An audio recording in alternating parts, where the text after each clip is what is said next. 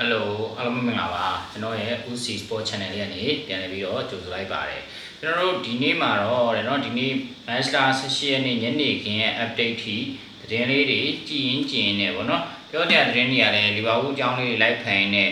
ေသတင်းတွေလည်းမျောသွားပြီးတော့မလုပ်တော့လို့လုံးမယ်လို့နဲ့ညနေထိရောက်သွားတယ်ဗီဒီယိုလုပ်ဖို့အခုညနေမှာလည်းသတင်းတွေက update လေးတွေထပ်ပြီးတော့ရထားတယ်ပေါ့နော်အဲ့တော့ဘာထွက်လာလဲဆိုတော့လီဗာပူးရဲ့တာဝန်ရှိသူတွေပေါ့ FFG ကပုံမှန်ရာသီတူလိုပဲနည်းနည်းရှုံးသွားပြီဟိုအတင်းရလက်တွေကမဖြစ်ပြီဆိုလို့ရှိရင်ပြောင်းလဲတွေလုံးမယ်လူတွေဝယ်ပေးတော့မယ်ဆိုပြီးသတင်းတွေထွန်းလာရောအဲ့တော့ဘာဖြစ်သွားလဲဆိုတော့လက်ရှိနေတဲ့ကစားသမားတွေနဲ့သူတို့ရှောက်ပြီးဟိုလူကြည့်နေပါဒီလူကြည့်နေပါဆိုတဲ့သတင်းတွေကထွက်လာရောပေါ့ဗျာဒါကတော့ပုံမှန်လို့ကိုဖြစ်နေပြီအဲ့တော့အခုသူတို့ကတော့ဒီအပြောင်းရွှေ့တွေရဲ့သတင်းတွေကဒီနွေရာသီမှာထိုးကြမယ်လို့ပြောထားတယ်ဗောနော်အဲ့တော့သူတို့ဘယ်လူတွေကိုကြည့်ထားလဲဗောနော်သူတို့ကအတန်း250သုံးမယ်ပြောတယ်ဒီရာသီနွေရာသီပြောင်းရွှေ့မှာဗောနော်အဲ့တော့သူတို့ကြည့်နေတဲ့စစ်မှုတွေထဲမှာဆိုလို့ရှိရင်ညူကာဆက်တိုက်စစ်မှု ESET ကတော့အဓိကပဲပြီးလို့ရှိရင်ATLETICOနဲ့အာဂျင်တီးနားတိုက်စစ်မှုဂျူလီယန်အေဗာရက်စ်သူတို့2ယောက်ရှိမယ်ပြီးလို့ရှိရင်ကွင်းလယ်အတွက်ဆိုလို့ရှိရင်နယ်သာလန်ကွင်းလယ်လူဇာဗီဆိုင်မွန်ပြီးလို့ရှိရင်နောက်ခံလူတွေကဆိုလို့ရှိရင်အင်တာမီလန်ကအလက်ဇန်ဒရိုဘတ်စတိုနီပြီးလို့ရှိရင်လေဗာကူဆင်နဲ့နယ်သာလန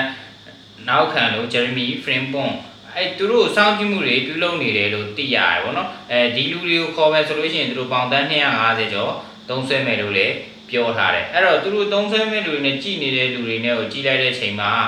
အခုညနေခင်း update ရဆိုလို့ရှိရင်ဈေးကွက်ထဲမှာ Premier League ရဲ့ဈေးကွက်ထဲမှာဆိုလို့ရှိရင် ESET ကသူ့ရဲ့ဈေးကအများဆုံးပဲသူ့ထက်မြင့်တဲ့လူမရှိတော့ဘူးတန်130ဝန်းကျင်ကိုခေါ်ထားတယ် ATO ဘက်ကနေလေ Everest ကိုအဲ့လိုပ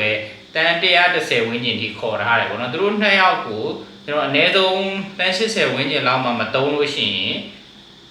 တင်းနေရရောင်းမဲ့ပုံစံမရှိဘူးလို့ပြောနေတယ်ဒါကဘာအောင်သွားဟောဖြစ်မလဲဆိုတော့သူတို့ဒီ FFG ကတန်း250ဆိုတာသူတို့ရဲ့ထဲစိုက်ပြီးတော့သုံးပေးမှလားဒါမှမဟုတ်လို့ရှိရင်လက်ရှိနေကစားသမားတွေကိုရောင်းပြီးတော့မှကျွန်တော်တို့ပြန်ဝယ်ပေးမှလားဆိုတော့စဉ်းစားရရှိတယ်ဒီတော့ကျွန်တော်တို့ဘလူးတွေရောင်းမယ်ဆိုလို့ရှိရင်ကျွန်တော်ရှည်တန်းက3ယောက်လုံးကိုတိုက်စစ်မှု3ယောက်လုံးကိုရောင်းမယ်ဆိုတော့မှဒီပတ်စံလောက်ဆရာအကြောင်းမရှိဘူးဘာလို့လဲဆိုတော့ဒီညနေခင်းထွက်လာတဲ့ဈေးနှုန်းတွေရဆိုလို့ရှိရင်ဒီအရှုံးဆုံးကဒါဝင်နုနဲ့ဆိုပြီးထွက်လာတယ်15တန်းကနေပေါင်9တန်း50ကြားပဲဈေးကွက်တွေကထွက်လာတယ်ဗောနော်အဲ့တော့ဒါကတော့ခံမှန်းစည်းတွေပေါ့အဲ့တော့ကျွန်တော်3ယောက်လုံးကိုရောင်းရင်တော့မှပဲ ESET 1ယောက်စာလောက်ပဲရမယ်ထင်ပါတယ်အဲဒီခုနောက်တော့ကျွန်တော်တို့ဒီမှာဆာလာကြံမယ်ညာဆာလာဆိုလို့ရှိရင်ဒီဟာဒီမှာဒီဘဝရဲ့အတွင်းကို50ရာခိုင်နှုန်းထိပါဝင်ပတ်သက်ထားတယ်နော်အဲ့ခုန3ယောက်ကဘာမှကိုမရှိဘူးเนาะဟိုကြည့်လိုက်လို့ရှိရင်ပွဲအများကြီးကန်ထားမှာရလက်ဘယ်တော့မှတော့မရှိခုန data ကြီးကြည့်လိုက်သေးတယ်အဲ့တော့ဒီနောက်ဆာလာဒီနောက်ဒီမှာ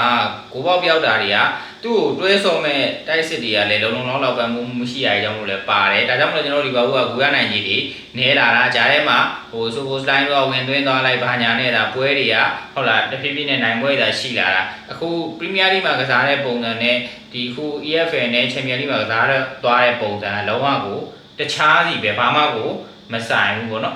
အဲ့တော့ပြောချင်တာက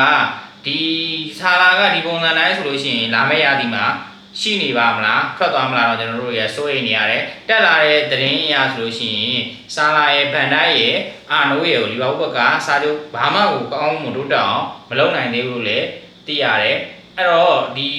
ESET နဲ့ Everest 2ယောက်ထဲက1ယောက်ရောက်လာခဲ့မယ်ဆိုလို့ရှိရင်တော့ဆာလာလေးနဲ့နောက်ရာသီပေါ်မှာစာချုပ်ပေါ်မှာသူဆက်ပြီးတော့လက်မှတ်ထိုးမယ်ပေါ့နော်ဒါကဘာမှပြောလို့မရတဲ့အနေအထားဖြစ်နေတယ်ဆာလာလည်းလက်လွတ်ရမယ်ဆိုလို့ရှိရင်တော့မလွယ်ဘူးကျွန်တော်ကတော့အပေါ်က2ယောက်လုံး ESET ကို Everest ကိုသဘောကျတယ်2ယောက်လုံးရရင်ပိုကောင်းတယ်1ယောက်ပဲရရင်1ယောက်ပဲပေါ့နော်အဲ့တော့အဲ့ဒါလေကိုလူတွေကိုရောင်းပြီးတော့မှလာရနိုင်မှာအဲ့ဒီထဲမှာရောင်းလိုက်မဲ့ထဲမှာဆာလာပါမသွားပါစေလို့လည်းဆူတောင်းနေပါတယ်အဲ့တော့ခုနက3ယောက်ထဲမှာဆိုလို့ရှိရင်တခုကောင်းတာက DS ပေါ့ DS ကိုခုကဘာစီလိုနာအပြင်ကို Sorry Club တွေကလည်းသဘောကျနေဆိုတဲ့အတန်လေးထွက်လာတယ်ဒါသူ့ရဲ့တန်ကြီးလေးနည်းနည်းမြင့်လာတယ်မစိုးဘူးဒါပေမဲ့နူးနက်ကတော့ ATLETICO ကသူ့ကိုစိတ်ဝင်စားမှုတွေပေးနေတယ်လို့လည်းသိရတယ်ဒါပေမဲ့နူးနက်ကိုကျွန်တော်တို့အလိုက်ပေးပြီးတော့ Everton နဲ့လဲလို့ရရင်လည်းကောင်းမယ်နော်ဂျူတာကတော့ကျွန်တော်တို့ရဲ့အရင် Premier League Club ကနေပြန်ခေါ်ဖို့တော့စိတ်ဝင်စားနေတယ်လို့ပြောတယ် ဂျိုတာကို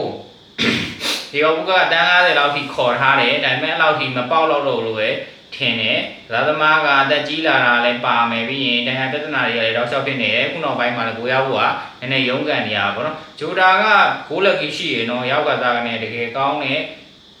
ကစားသမားခုနောက်ပိုင်းမှာသာနည်းနည်းအဆင်မပြေဖြစ်လာတာခဏကရာသီမှာဆိုလို့ရှိရင်လည်း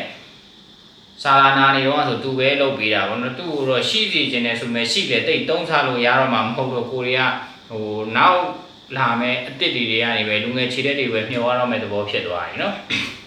ဒါကကျွန်တော်တို့ရှေ့တန်းမှာပေါ့အဓိကတော့ရှေ့မှာပြင်မှာကျွန်တော်ကွင်းလေကတော့တိတ်ပြီးပညာအကြောင်းမရှိဘူးနောက်တန်းမှာဆိုလို့ရှိရင်တော့လောဆယ်ကျွန်တော်ဘဲညာတောင်မှနှစ်ဖက်လုံးကဝယ်မယ်ဆိုတော့ဝယ်ရမှာမဝယ်သေးဘူးဆိုလို့ရှိရင်တော့ဘဲတောင်မှန်ကကျွန်တော်တို့ရောဘတ်ဆန်နဲ့နော်ဒီမီကယ်တို့က3ဟိုဖြစ်သေးတယ်ဗန်ဒိုက်ကကြတော့စာချုပ်ကတက်တန်းမတိုးပြခဲ့ဘူးဆိုလို့ရှိရင် PSG ကသူ့ကို2နှစ်စာချုပ် plus တစ်နှစ်တက်တန်းတိုးဝင်နဲ့3နှစ်အတွင်းကိုလောက်ခလာစာပေါင်တန်း80ကနေ100ကြားပေးမဲ့လာစာမျိုးနဲ့ကမ်းလှမ်းထားတယ်လို့သိရတယ်ဒါကကစားသမားဘက်ကမငင်းပယ်နိုင်တော့တဲ့ပမာဏလည်းဖြစ်နေတယ် FG ဘက်ကကောင်းမှုနဲ့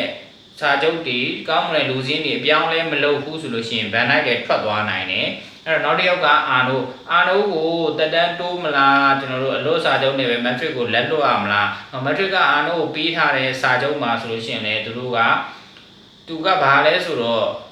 လက်မှတ်ထိုးကြီးပဲပေးရတဲ့အတွက်ကစားသမားကိုပေးနိုင်တယ်ကစားသမားကပဲသူပဲရတော့မှာဖြစ်တဲ့အတွက်အဆင်ပြေရပါတော့အဲ့တော့သူတို့တွေရဲ့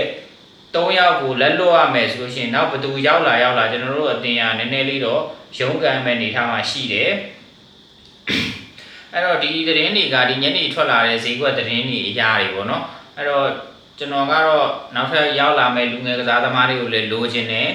ကိုယ့်ရဲ့ဒီမရောက်မဲ့နဲ့ထားဆိုရင်ဆာလာဘန်တိုင်းအာနိုကိုတော့ကြံရှိနေစေချင်သေးတယ်ကျန်တဲ့နျူနက်တို့ဂျိုတာတို့